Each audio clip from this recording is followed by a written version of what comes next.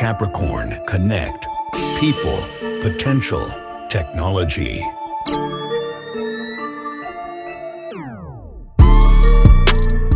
Professor Dr. Katrin Kind is a pioneering technologist and C-suite executive operating at the intersection of quantum computing, artificial intelligence, and industrial-scale engineering. We will talk in our latest podcast episode about quantum computing and what impact will AI have on us. Professor Dr. Kathrin Kind, thank you so much for joining us in the podcast. How are you today?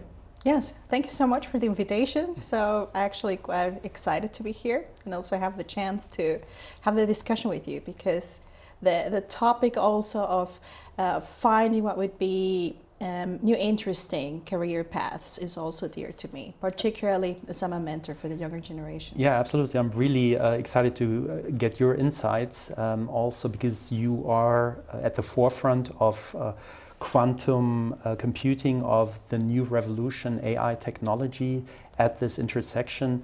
So I would like to start the conversation by asking you, what kind of impact will AI have on us? If you look at what it's already happening since the democratization of AI, OpenAI made it cool for everybody. And before, AI has existed already since early the 1950s. But the only difference was, back then we didn't have the computing performance that we have now.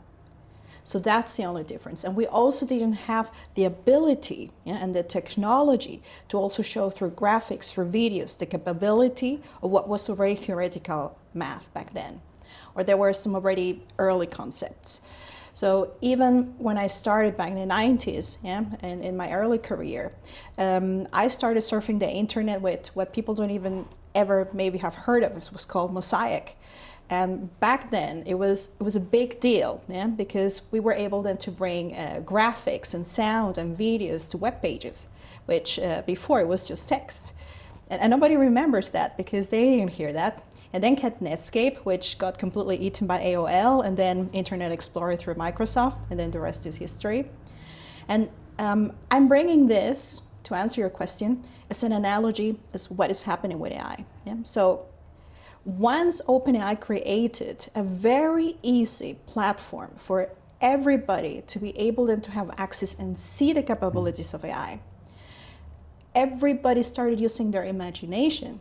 And it's an incredible thing about the immense possibilities of use cases. Then they started using and implementing it.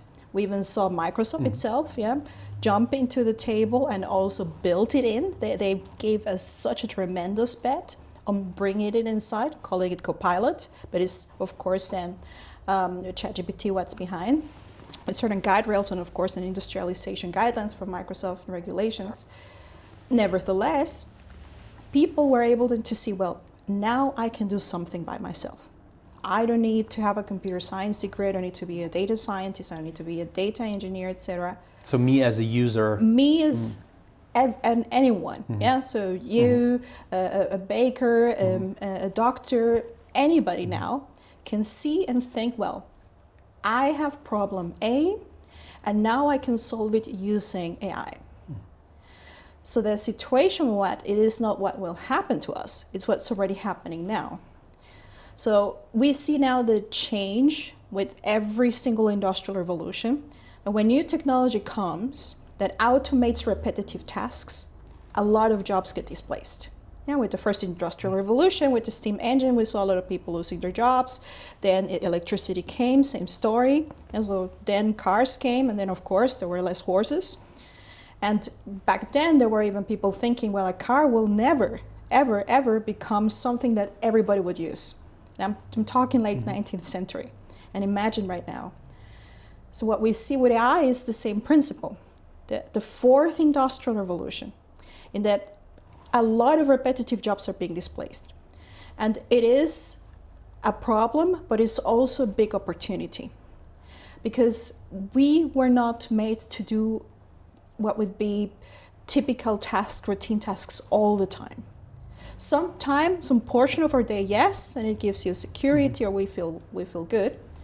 but for advancing who we are, for also for our own development. Even, let's say after we finish a job and we claim to retire, now with AI, anybody can see a problem in their community or a problem for themselves or society and use AI to solve it. And yes, there's going to be, for example, already some what would be discussions in the USA that say 40% of the people are going to be displaced through AI. Mm-hmm.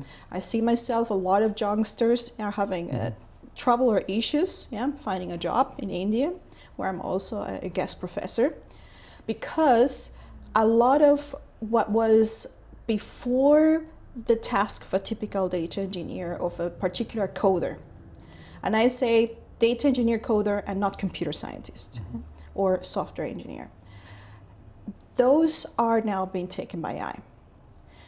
And there is the other extreme that someone says in the USA, and I'm going to quote names, that AI will completely displace all jobs, that we will be needing a universal basic income, which that's too extreme, which I very much disagree.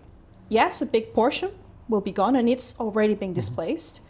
But what we can do from here is see, okay, well, the person that had a coach and horses, that person had to learn, or his children had to learn to drive a car.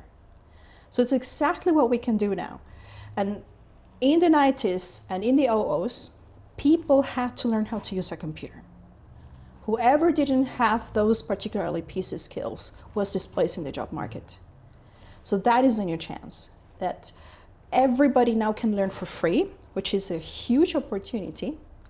And I think that's fantastic, that even people that are coming from what would be a humble level of society have now that access to immense amount of information, to a new type of career. And that's why I tell my students, the typical job roles, they're going to be moved out and new work is coming. So they say, well, I love data. Yes, I myself, call myself a data mad scientist. And what I tell them is that the job role, for example, of the future is not going to be the data engineer. It's going to be the data pruner, meaning the person deleting the data out of models.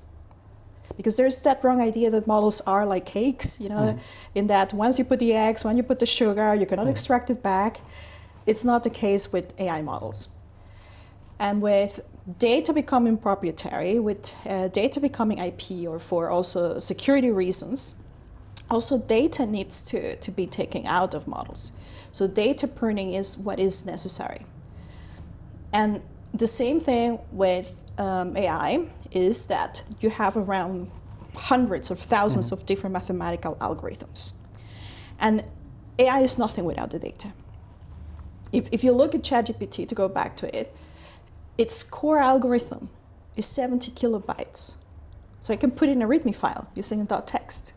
But what really makes it powerful is just the petabytes of data was used to be trained, and also the other training models that are giving context, that are creating what would be a particular task. So the agentic other models in mathematics, or on the creation of what would be pictures or videos that had been connected to it, which is the ecosystem behind.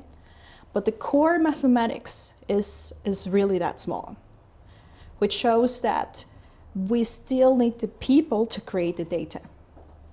It means data needs to be organic for AI to evolve, and to be able to be validated, to keep the quality that it has. And if not, it would fail, which we call model collapse.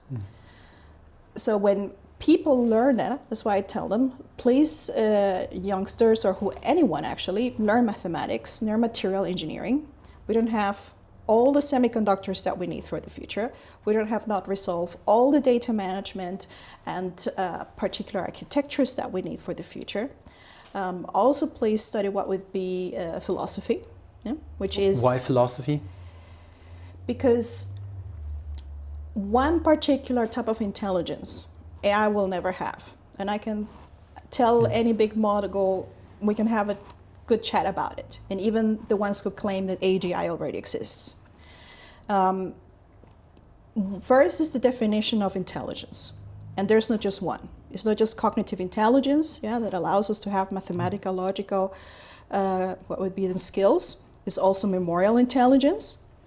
Those two, as humans, we share with computers. Even artificial intelligence, be it physical intelligence, robotics. Then comes emotional intelligence. That, yes, there are some advances, being in research on claiming it could be possible, but I still say it's just simply a data pattern learning and not true emotional intelligence, because that also involves human instinct, which is based on our own chemicals, hormones, and millions of years of evolution, which I very much challenge anyone to really prove that to me. But yes, there's the appearance of. And then there is metacognition. What do I mean by that? That is the ability that we have as humans to fantasize, to meditate, using our imagination when we close our eyes and create something completely new. And that is, some humans have proven through their geniuses, like Van Gogh, like Bach, like Mozart, created from nothing something beautiful, something incredible. And that is an intelligence that only humans have. So that metacognition cannot be trained into artificial intelligence because it doesn't have that particular ability. And even today, we do not understand 100% how our particular subconscious and the entire instinct as well as metacognition level exists. So a philosopher, and I also was going to expand it to psychologists, etc., humanists, are able then to bring those new perspectives as to what let's say, would be the ethical ways, and by ethical ways I mean Human Rights Charter from the UN. I know there's different types of ethics. But the important thing is, when we see a risk through AI, that get puts in place, so just as regulation, but built into the particular technology. When there is a need for evolution, that there is also what would be the new structures that we will need. It's not just technology. It's a societal change. It's an educational change. It's also a governmental change. And it's also, of course, a cultural change. And in the Western world that we live in, we are privileged that we are online. But there are still over good, I say, 1/18 of the planet that's offline. And for them, we need to figure out a way, or they can figure out a way, how to bring them into the digital world so that they don't get left behind. Katrin, I also want to talk about these positive outcomes of this new technology and opportunities. So what are opportunities? Let's say I have to prepare myself to get fit for the job market or to stay relevant in this new world. So what do you suggest? What are your recommendations for people? What do they have to learn or train? You said empathy is still important, dealing with people. Maybe you can elaborate a little bit more on that. Yes, and at the World Economic Forum, where I'm also part of core member, so Global Future Councils for Data Foundation, we made a particular study about the skills after 2030. And yes, the basic ones are particularly logical thinking. And it is incredible about the amount of time we no longer spend writing or doing maths by hand. And that is one very important skill. And that is, let's say, the areas, those typical logical, critical thinking, emotional, what would be then intelligence and collaboration structures, and creating a culture of growth. That means if we were able to build what we've done through a competitive environment, all the way to the late century, we will only be able to survive and transform ourselves if we learn, instead of having a competition, support each other in order to bring new type of what would be, let's say, work structure or societal structures. What I mean by that is that whenever I cultivated, for example, an empathy, and I help create a human-centric AI that can help the elderly, or that can help someone that feels isolated without worrying, okay, the AI is going to create something negative for me, which we've seen such cases.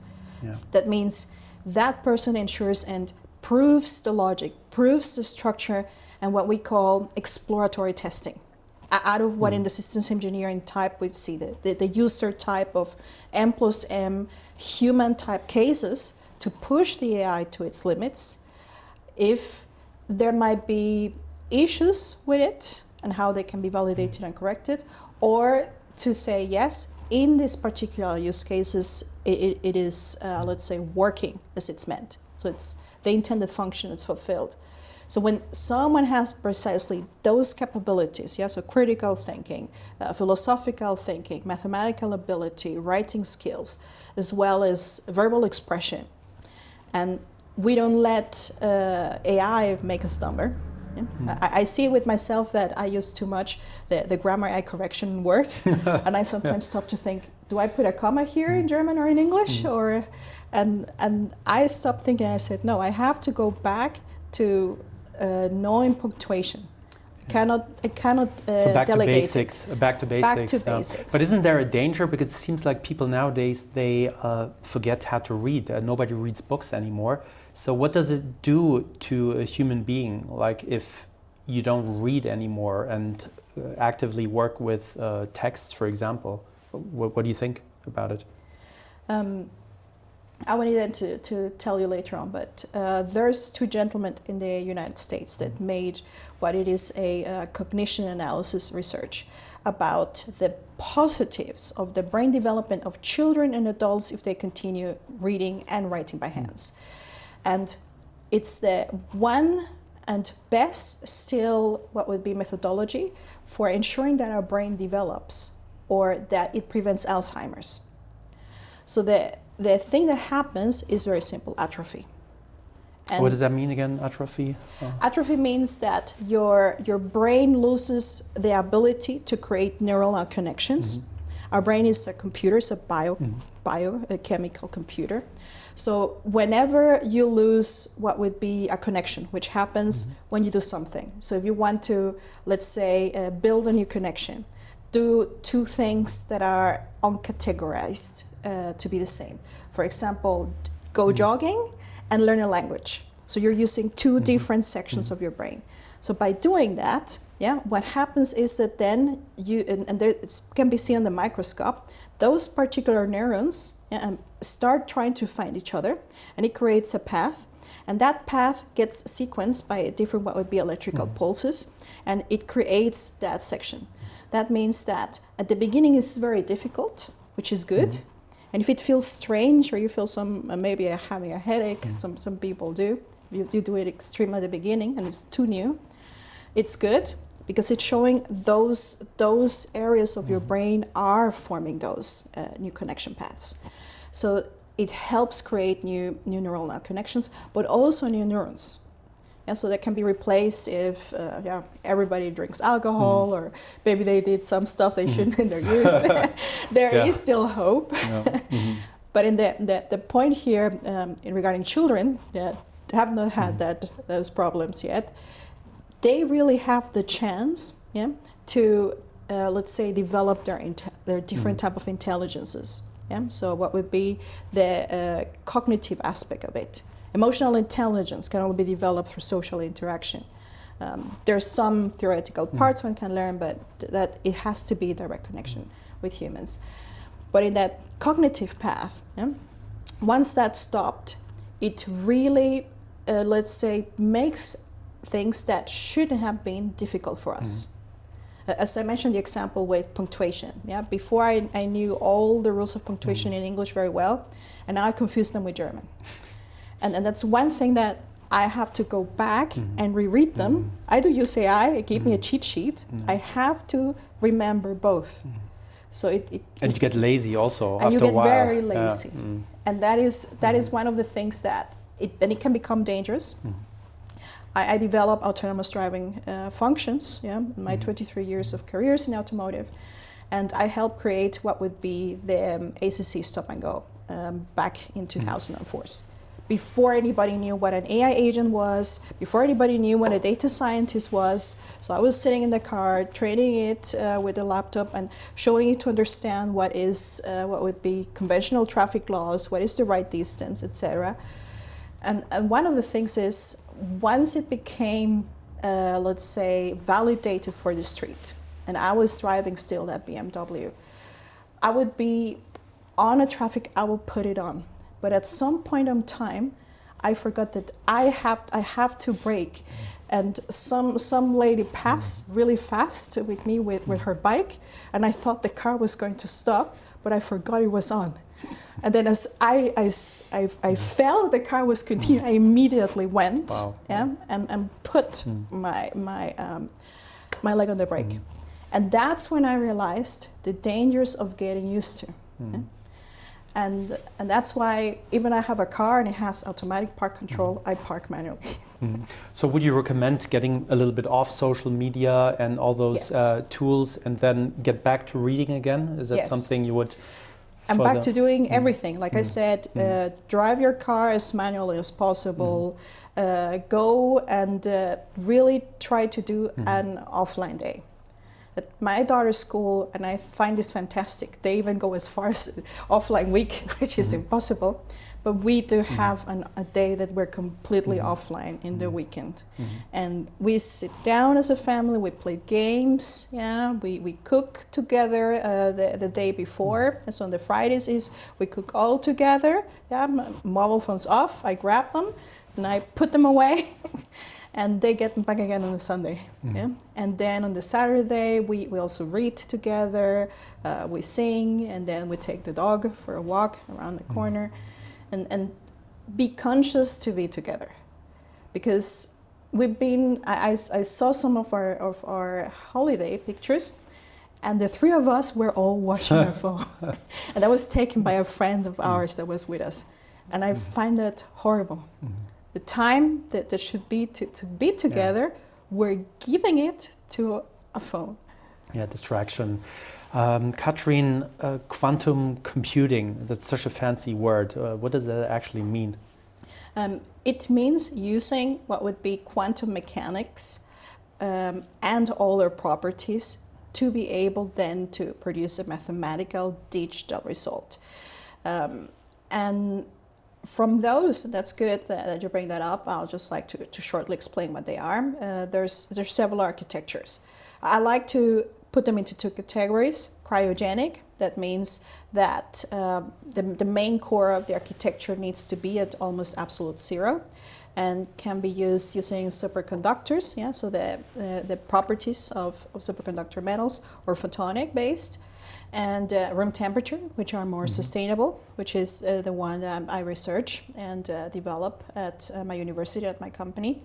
And those come into what I call also different flavors. So of course there's also superconducting. There's photonic, which is the one that we're looking at very carefully. There's also what would be then CMOS based, and also hard NV diamond. And all those fancy words are nothing else but the different types that you can have at room temperature. And if you look at conventional computers, von Neumann computers, architecture was created in 1945. That means we're still using computers that are now old.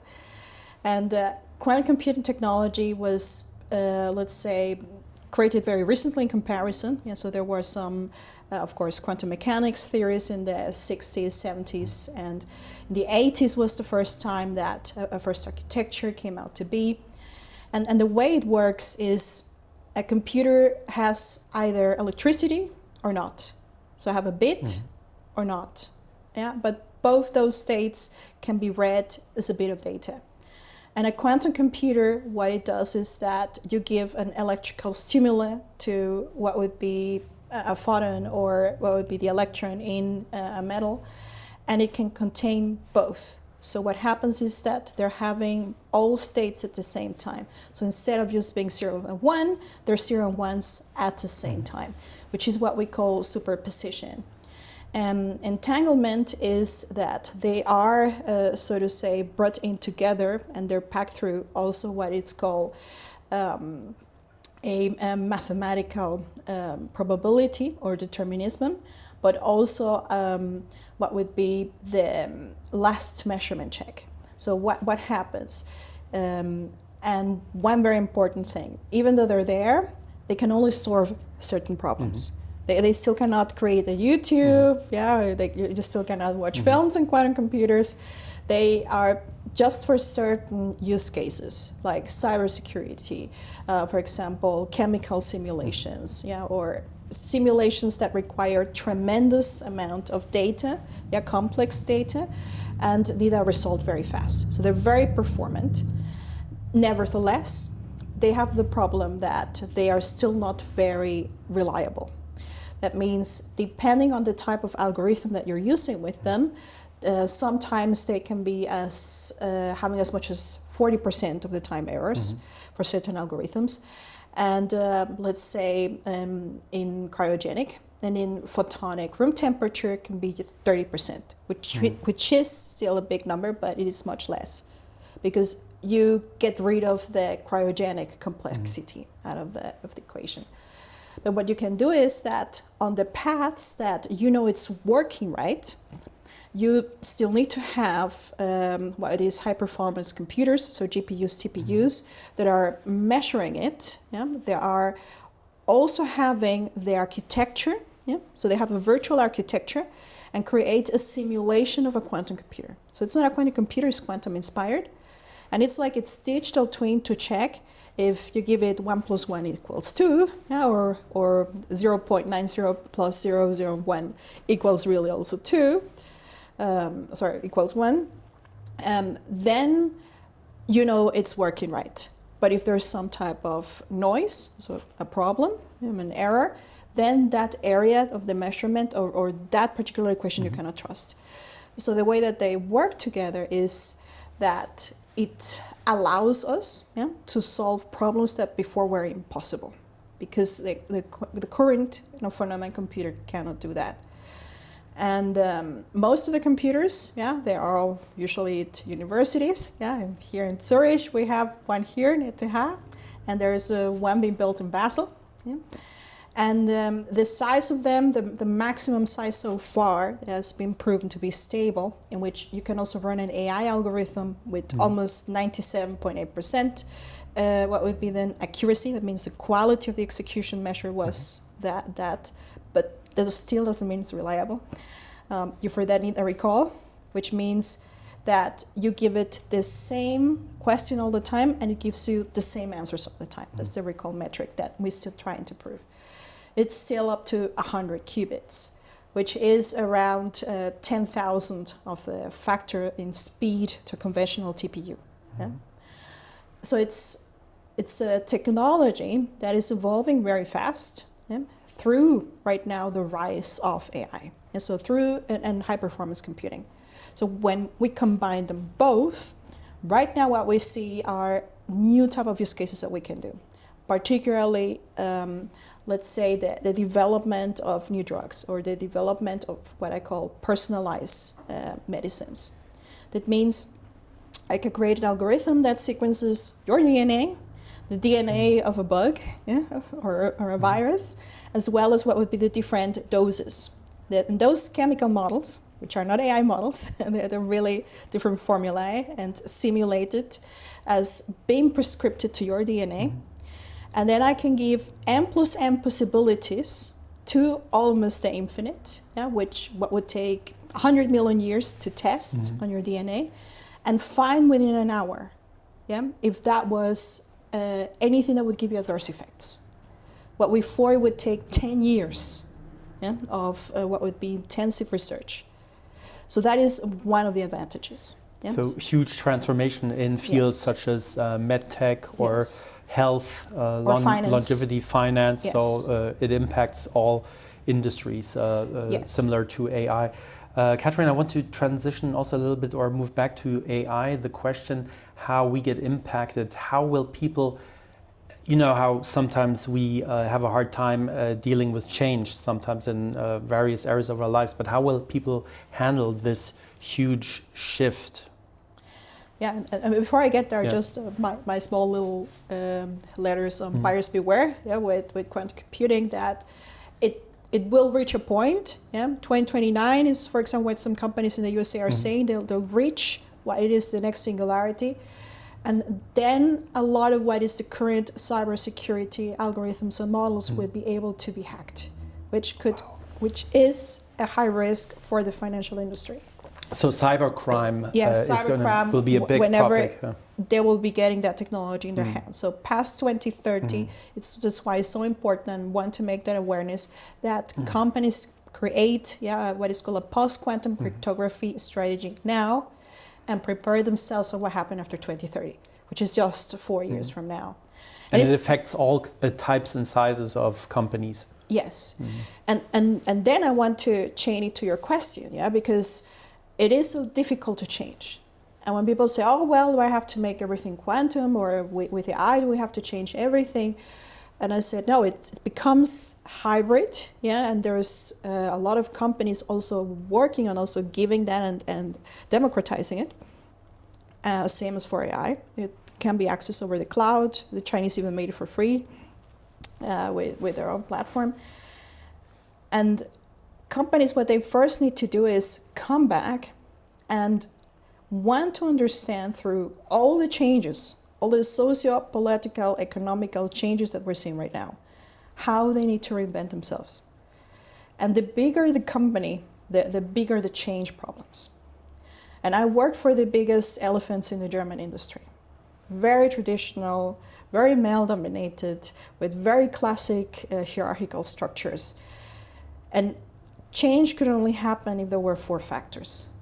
Doesn't matter how excellent the technology we have, how much money we have to invest on the startups, on the talent. Number 1, if management does not become literate about the new technology and the impact on their business model, also the impact that they have on what they're doing, and the let's say the new organization that they need, nothing moves. Absolutely nothing. And by that management, I mean either be it the board or be it what would be the direct top C-level, D-level. So tech know-how at the board level and top management. Yeah. So with AI, any C-level, and that's what I go when I also talk to other fellow C-level people, you have to learn AI. It's just like before you had to learn how to use a PC. It's become the new PC skills. Second, you have to create what would be the training, and also third, put the change management structures internally. You do have to hold hands with your employees, because not everybody is going to accept it. A lot of people are afraid of it, and also they're going to be the ones that want to, but they don't even know where should I start, which comes to the 4th point, the training, but also the role change directly map to the business case. And then they would be able to make the change. So that's also the leadership of the future. Yes. Get the tech know of this new technology, and then communicate it to the relevant decision maker, but also give people the opportunity to learn new AI skills. Yes, and no matter their age, because that's one thing that needs to stop is ageism. That people think, and I've seen that, unfortunately, a lot where I come from in Germany, that after you're 50, you're almost retired. You're not being taken seriously. And now we still need a workforce. So anyone that wants to learn, anyone that wants to reinvent themselves, they all should be given that opportunity. So it doesn't matter young, middle age, older, senior, as long as you get the job done, have the knowledge about the technology, you can be valuable in the market. Yes. And we need those, what would be the diverse teams, which are very successful, of all genders, of all ages working together. And we see the experiment right now where we have 4 generations working together at the workforce right now. And I've seen them how they work. And it's definitely a lot of new type of innovation that wouldn't be possible if those teams didn't exist. And talking about leadership, what would you say old school leadership that is not necessary anymore, that's not relevant anymore, what will change now in the future? What kind of leadership would it require? for a company to be successful? I'll say that very, very careful, because at some point in time, I always like to use the analogy of being a captain of your own ship. Mm-hmm. Sometimes you do have to give what would be someone else and delegate it, and not have to check and be in control of everything. But if there's a storm, if something goes wrong, then you have to be authoritative, so that then everybody knows what the change in command is. So it's become from just not having this hierarchical, static authoritative to being really situative and emotional context correct. So leaders, they need to learn exactly in which situation, which type of leaderships to be. They have to learn to be authentic, but they need to learn when they need also to be a servant leader, or when they need to be a coach, when they need to move and really be the one, the hands, the captain that's showing the new type of course. It's very important that they learn to face the reality that if they also don't come back and change in their leadership, those companies will cease to exist. The moment that we as humans become arrogant and say, oh no, I already know how to manage people, that's when there's a big, huge change that comes and breaks it. And one example is that of, I'll go back to my first example, Netscape. At some point in time, we beat Mosaic, we're so cool, we're the best, they stopped listening. Then came a company named Microsoft and they were selling Netscape. You had to pay for it, and said to everyone, we give you Internet Explorer for free. So then what happened is that there's always going to come someone younger, faster, with a better product, with a much clever marketing, and with a much what would be then, let's say, adaptive team that's going to come and replace you.